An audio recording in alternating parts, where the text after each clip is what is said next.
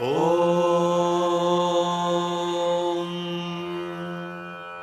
प्रातः स्मरामि गणनाथमनाथबन्धुम् सिन्धूरपूरपरिशोभितगण्डयुग्मम् उद्दण्डविघ्नपरिखण्डनचण्डदण्डम्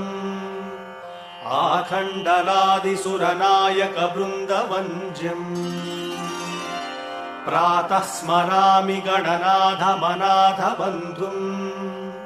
सिन्धूरपूरपरिशोभितगण्डयुग्मम् उद्दण्डविघ्नपरिखण्डनचण्डदण्डम् आखण्डलादिसुरनायकवृन्दवन्द्यम् कलाभ्याम् चूडालङ्कृतशशिकलाभ्याम् निजतपः फलाभ्याम् भक्तेषु प्रकटितफलाभ्याम् भवतु मे शिवाभ्याम् अस्तोकत्रिभुवन शिवाभ्याम् हृदि पुनर्भवाभ्याम् आनन्दस्फुरदनुभवाभ्याम् नतिरियम् नमस्ते नमस्ते महादेव शम्भो नमस्ते नमस्ते कृपापूर्ण सिन्धो नमस्ते नमस्ते प्रसन्नात्मबन्धो नमस्ते नमस्ते नमस्ते महेशा शश्वच्छ्रीगिरिमूर्धनि त्रिजगताम् रक्षाकृतिम् लक्षिताम् साक्षादक्षय सत्कटाक्षसरणी श्रीमत्सुधावर्षिणी सौहार्दाङ्कितमस्तकाम् प्रणमताम् निःसीम सम्पत्प्रदाम् सुश्लोकाम् भ्रमराम्बिकाम् स्मितमुखीम् शम्भोः सखीम् त्वाम् नमः मातः प्रसीद सदया भव भव्यशीले लीलालवाकलितदैत्यकुलापहारे श्रीचक्रराजनिलये श्रुतगीतकीर्ते श्रीशैलनाथदयिते तव सुप्रभातम् शम्भो सुरेन्द्रनुत शङ्करशूलपाणे चन्द्रावतंस शिव शर्व पिनाकपाणे गङ्गाधर क्रतुपते गरुडध्वजाप्ता श्रीमल्लिकार्जुन विभो तव सुप्रभातम् विश्वेश विश्वजन सेवित विश्वमूर्ते विश्वम्भर त्रिपुरभेदन विश्वयोने फालाक्ष भव्य गुणभोगि विभूषणेश श्रीमल्लिकार्जुन विभो तव सुप्रभातम् कल्याणरूप करुणाकर कालकण्ठा कल्पद्रुम प्रसव पूजित कामदायिन् दुर्नीति दैत्य दळनोद्यत देवदेव श्रीमल्लिकार्जुन विभो तव सुप्रभातम् गौरी मनोहर गणेश्वर सेविताङ्घ्रे गन्धर्व यक्ष सुर किन्नर गीतकीर्ते गण्डावलम्बि फणिकुण्डल मण्डितास्य श्रीमल्लिकार्जुन विभो तव सुप्रभातम् नागेन्द्रभूषण निरीहित निर्विकारा निर्माय निश्चल निरर्गळ नागभेदिन् नारायणी प्रिय नतेष्टद निर्मलात्मन् श्रीपर्वताधिप विभो तव सुप्रभातम् सृष्टम् त्वयैव जगदेकदशेषमीश रक्षाविधिश्च विधिगोचरतावकीनः संहार शक्तिरपि शङ्कर किङ्करीते श्रीशैलशेखर विभो तव सुप्रभातम् एकस्त्वमेव बहुधा भवभासि लोके निःशङ्कधीर्वृषभकेतन मल्लिनाथ श्रीरामरिप्रिय सुखाश्रय लोकनाथ श्रीशैलशेखर विभो तव सुप्रभातम् पाताळगङ्गजलमज्जन निर्मलाङ्गाः भस्मत्रिपुण्ड्रसमलङ्कृतफालभागाः गायन्ति देवमौनि भक्तजनाः भवन्तम् श्रीमल्लिकार्जुन विभो तव सुप्रभातम्। सारस्वताम्बुयुत भोगवती श्रितायाः ब्रह्मेश विष्णुगिरिचुम्बित कृष्णवेण्याम् सोपानमार्गमधिरुह्य भजन्ति भक्ताः श्रीमल्लिकार्जुन विभो तव सुप्रभातम्। श्रीमल्लिकार्जुन महेश्वर सुप्रभात स्तोत्रम् पठन्ति भुवि ये मनुजाः प्रभाते ते सर्वसौख्यमनुभूय परानवाप्यम् श्रीशाम्भवम् पदमवाप्य मुदम् लभन्ते। श्रीमल्लिकार्जुन महेश्वर सुप्रभात स्तोत्रम् पठन्ति भुवि ये मनुजाः प्रभाते ते सर्वसौख्यमनुभूय परानवाप्यम् श्रीशाम्भवम् पदमवाप्य मुदम् लभन्ते।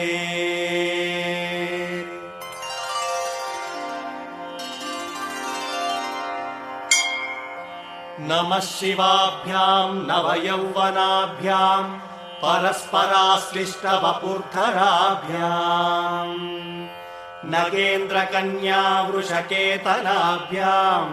नमो नमः शङ्कर पार्वतीभ्याम्। नमः शिवाभ्याम् वृषवाहनाभ्याम् विरिञ्चि विष्णीन्द्र सुपूजिताभ्याम् विभूति पाटीर विलेपनाभ्याम् नमो नमः शङ्कर पार्वतीभ्याम्। अनघम् जनकम् जगताम् प्रथमम् वरदम् करशूलधरम् सुलभम् करुणाम्बुनिधिम् कलुषापहरम् प्रणमामि महेश्वरमेकमहम्। अमलम् कमलोद्भवगीतगुणम् शमदम् समदासुरनाशकरम् रमणीय रुचिम् कमनीय तनुम् नमः साम्ब शिवम् नतपातहरम्। शिवम् शङ्करम् बन्धुरम् सुन्दरेशम् नटेशम् गिरीशम् महेशम् सुरेशम् दिनेशेन्दुनेत्रम् सुगात्रम् मृडानीपतिम् श्रीगिरीशम् हृदिम् भावयामि। भृङ्गी च नटनोत्कटः करिमदग्राही स्फुरन्नाथवाह्लादो नादयुतो महासितवपुः पञ्चेषु नाचाधृतः षट्पक्षः सुमनो वनेषु स्वपुनः साक्षन्मदीये मनोराजीवे भ्रमराधिपो विहरताम् श्रीशैलवासी विभुः। सोमोत्तंस सुरपरिषदामेष जीवातुरीशः पाशच्चेत्ता पदयुगजुहाम् पुल्लमल्ली विकासः ध्येयो देवः प्रकटितवधूरूपवामात्मभागः श्रीशैलाग्रे कलितवसवतिर्विश्वरक्षाधुरीनः वीणम् पाणौ शिरसि तरुणोल्लासमेणाङ्कखण्डम् पार्श्वे वामे वपुषि तरुणीम् जुक्षुकारुण्यलीलाम् भूतिम् पाले स्मितमसि मुखे गाङ्गमम्भः कपर्दे बिभ्रत्प्रेम्णा भुवनमखिलम् श्रीगिरीशः सपायात्। श्रीशैले स्वर्णशृङ्गे मणिगणरचिते कल्पवृक्षालिसीते स्फीते सौवर्णरत्नस्फुरित नवगृहे दिव्यपीठे शुभार्हे आसीनः सोमचूडः सकरुणनयनः साङ्गसस्मेरवक्त्रः शम्भुः श्रीभ्रामरेशः प्रकटित विभवो देवता सार्वभौमः यो योगी वृन्द हृदयाम्बुजराजहंसी मन्दस्मितस्तुतमुखी मधुकैटभग्नी विघ्नान्धकारतटभेदपटीयसी सा मूर्तिः करोतु हि कुतुकम् भ्रमराम्बिकायाः कस्तूरी तिलकाञ्चितेन्दुविलसत्प्रोद्भासि पालस्थले कर्पूरद्रवमिश्रचूर्णकपुरामोदोल्लसद्वीटिकाम् लोलापाङ्गतरङ्गितैरतिकृपासारैर्नतानन्दिनीम् श्रीशैलस्थलवासिनीम् भगवतीम् श्रीमातरम् भावये राजन्मत्तमराळमन्दगमनाम् राजीवपत्रेक्षणाम् राजीवप्रभवादिदेवमकुटैः राजत्पदाम्भोरुहाम् राजीवायतपत्रमण्डितकुचाम् राजाधिराजेश्वरीम् श्रीशैलस्थलवासिनीम् भगवतीम् श्रीमातरम् भावये श्रीनाथधृतपालितत्रिभुवनाम् श्रीचक्रसञ्चारिणीम् गानासक्तमनोज्ञयौवनलसद्गन्धर्वकन्याधृताम् दीनानामतिवेलभाग्यजननीम् दिव्याम्बरालङ्कृताम् श्रीशैलस्थलवासिनीम् भगवतीम् श्रीमातरम् भावये उभौ दर्वीकुम्भौ मणिकनकसम्भावितगुणौ दधाना पाणिभ्याममृतरसमृष्टान्नकलितौ कलाभ्या कल्याणी कलितसदना श्रीगिरिशिखरस्य सौभ्रामर्यम् वा रचयितुमदिष्टार्थविभवम्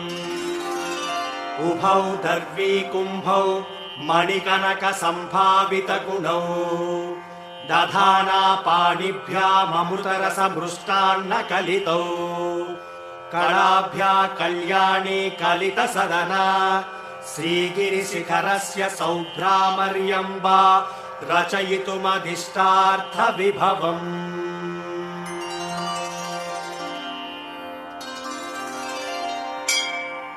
जय जय जय शम्भो जम्भभित्पूर्वदेव प्रणतपद सरोजद्वन्द्व निर्द्वन्द्व बन्धो जय जय जय जन्मस्थेम संहारकार प्रणय सगुणमूर्ते पालयास्मान् प्रपन्नाम् जय जय जय शम्भो जम्भभित्पूर्वदेव प्रणतपद सरोजद्वन्द्व निर्द्वन्द्व बन्धो जय जय जय जन्मस्थेम संहारकार प्रणय सगुणमूर्ते पालयास्मान् प्रपन्नाम् वधूमुखम् पल्लवपाङ्गरेखमखण्डितानन्दकरप्रसादम् विलोकयन् विस्फुरदात्मभावः समे गति श्रीगिरिसार्वभौमः तुरङ्गपाणिः करुणावलोकः सुरोत्तमश्चन्द्रकलावतंसः वधूसहायः सकलेष्टदाता भवच्यतौ श्रीगिरिभाग्यराशिः सन्ध्यारम्भ विजृम्भितम् श्रुतशिरस्तानान्तराधिष्ठितम्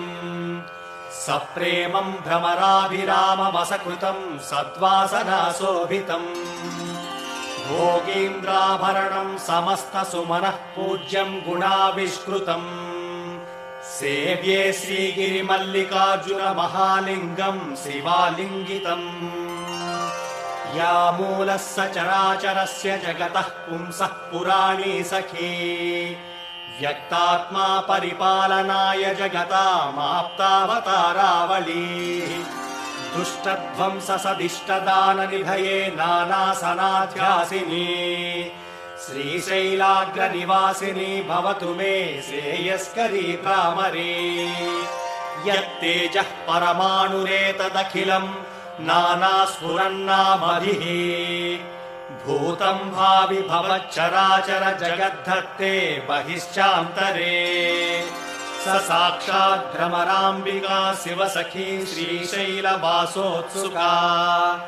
दिश्यादाश्रितलोककल्पलतिका श्रेयांसि भूयांसि नः शरणम् तरुणेन्दुशेखरः शरणम् मे गिरिराजकन्यका शरणं पुनरेव तावुभौ शरणं नान्यदुपैमि दैवतम् शरणं करुणेन्दुशेखरः शरणं मे गिरिराजकन्यका शरणं पुनरेव तावुभौ शरणं नान्यदुपैमि दैवतम्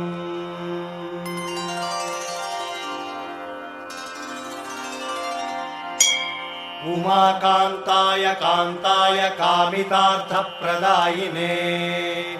श्रीगिरीशाय देवाय मल्लिनाथाय मङ्गलम् उमाकान्ताय कान्ताय कामितार्थप्रदायिने श्रीगिरीशाय देवाय मल्लिनाथाय मङ्गलम्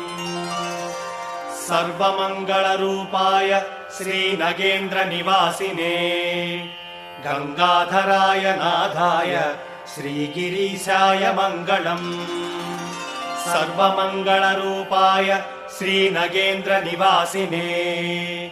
गङ्गाधराय नाथाय श्रीगिरीशाय मङ्गलम् सत्यानन्दस्वरूपाय नित्यानन्दविधायिने स्तुत्याय श्रुतिगम्याय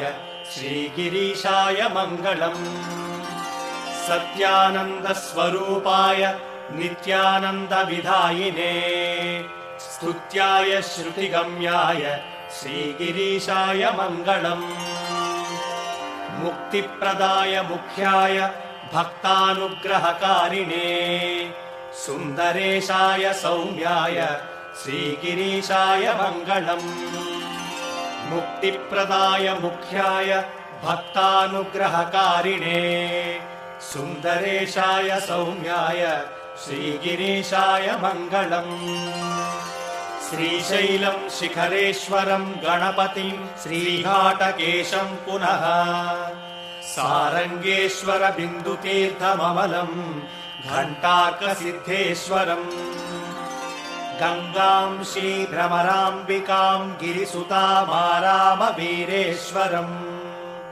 शङ्खं चक्रवराहतीर्थमनिशं श्रीशैलनाथं भजे श्रीशैलं शिखरेश्वरं गणपतिं श्रीघाटकेशं पुनः सारङ्गेश्वर बिन्दुतीर्थममलं घण्टार्कसिद्धेश्वरम् गङ्गां श्रीभ्रमराम्बिकां गिरिसुतामारामवीरेश्वरम् शङ्खं चक्रवराहतीर्थमनिशं श्रीशैलनाथं भजे हरिः ओम्।